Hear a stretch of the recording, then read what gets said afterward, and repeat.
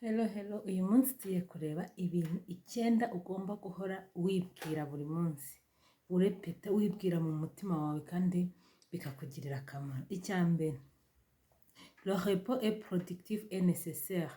Nuvuga ngo ikiruhuko ni ngombwa, ni itegeko kandi kigira umumaro, kigira umusaruro. Icya kabiri, prendre soin de moi n'est pas égoïste. Kwiyitaho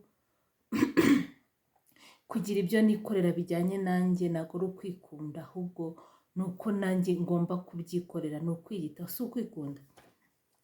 Chaque petit pas compte. Nuvuga ngo buri ntambwe yose uteye niyo kaba ari kagatambwe gato cyane karabara. J'ai le droit de fixer mes limites. Iki ni icya kane, mfite uburenganzira bwo gushyiraho ntarengwa, bwo gushyiraho renga nkumene ku buzima bwanjye cyangwa ku bikorwa byanjye. Icya gatanu, je m'autorise à changer et à évoluer. Ngomba kwiha uburenganzira cyangwa kwiha uruhushya rwo guhinduka. Nimba ngomba guhinduka nawe mbisaba, nawe mbanza gusaba ubwo burenganzira, ahubwo ngomba kubwiha njyewe ubwanjye, nkumva ko hari ikintu ngomba guhindura cyangwa hari icyo ngomba kwivura cyangwa kuvugurura mu mibereho yanjye. Icya gatandatu, je prends le temps d'écouter ce que mon corps me dit. Ngo mfata igihe cyo kumva icyo ubuzima bwanjye bumbwira, umubiri wanjye umbwira. Nimba umubiri umbwiye ko naniwe, ngomba gufata igihe nkabyumva nkaruhuka. Nimba hari icyo unsaba, nimba hari ibyo unsaba kureka, icyo bintu ugomba kuvuga uti mfata igihe cyo kumva icyo umubiri wanjye umbwira. Je lâche prise, ndarekura. Si ce que je ne peux pas contrôler, icyo nashobora gukontorora, icyo nashobora guhindura, icyo nashobora gufata umwanzuro, ndarekura.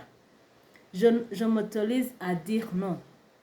Ngomba kwiha uruhushya kw'uburenganzira bwo kuvuga no, ngomba kumenya kuvuga oya. Ibi ni ibintu ngomba guhora wibwira buri munsi. Chaque jour est une chance de se recommencer, de recommencer. Nuvuga ngo buri munsi ni amahirwe ubonye yo gutangira. Hari icyo utakoze, hari icyo wakoze kigafaringa, gitangira. Hari icyo wumvaga ushaka gukora, gikore. Mwakoze rero, ibi ni ibintu 9 ugomba guhora wibwira muri wowe kugira ngo urusheho kugira ubuzima bwiza buteye imbere, bufite amahoro, bufite umunezero. Kora subscribe rero kuri Esther's Hobbies. Harimo ibiganiro byinshi bidufasha kugira ubuzima bwiza, n'utu dushoti tuza tutubwira ibintu byiza bishobora kudufasha mu buzima bwa buri munsi. Ciao rero, nawe utaha.